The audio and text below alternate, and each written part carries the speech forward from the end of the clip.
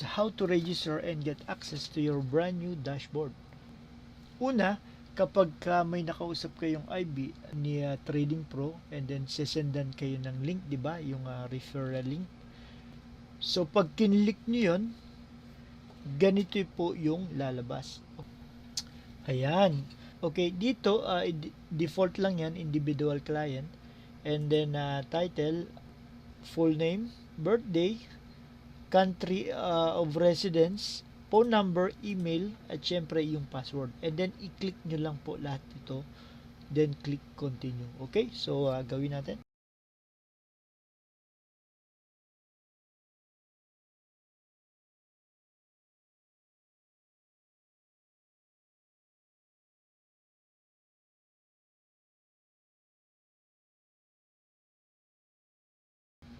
Pagkatapos nyo fill upan, ito yung next window na lalabas. And then, i-check nyo yung email address nyo para i-enter nyo dito yung PIN na isinend sa inyo.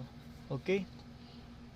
Kaya make sure tama po yung email address na ilalagay nyo kapag nag-fill up na kayo. Okay, so i-check natin sa email.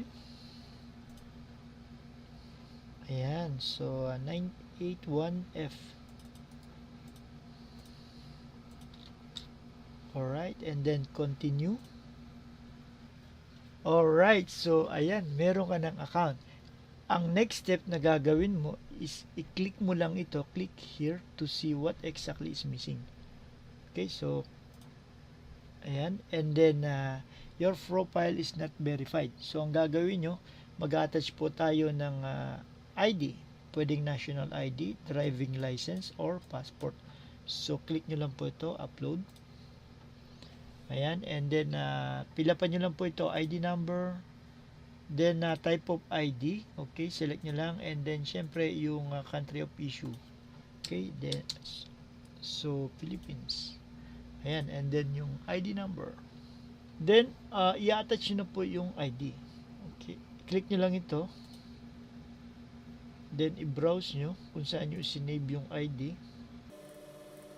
Alright, and then click upload. Ayan, so pending na siya.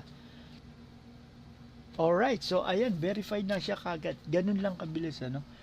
Okay, kung sakali po pala na wala kayo ng national ID, driving license, passport, so any government ID, i-attach nyo lang po. And then, kung ma-reject naman, ang gagawin nyo, i-appealan nyo lang, mag-chat-chat kayo sa live chat. Okay, so dito sa live chat, yan, pwede kayo mamili kung saan yung gusto nyo na kausapin sila. Okay, pwede nga sa Messenger, WhatsApp, so Telegram, ayan po. Okay, and then for approval po yan, pero huwag kayong mag-alala kasi hindi ganun kahigpit si Trading Pro. Alright, so ayan guys, meron na kayong account.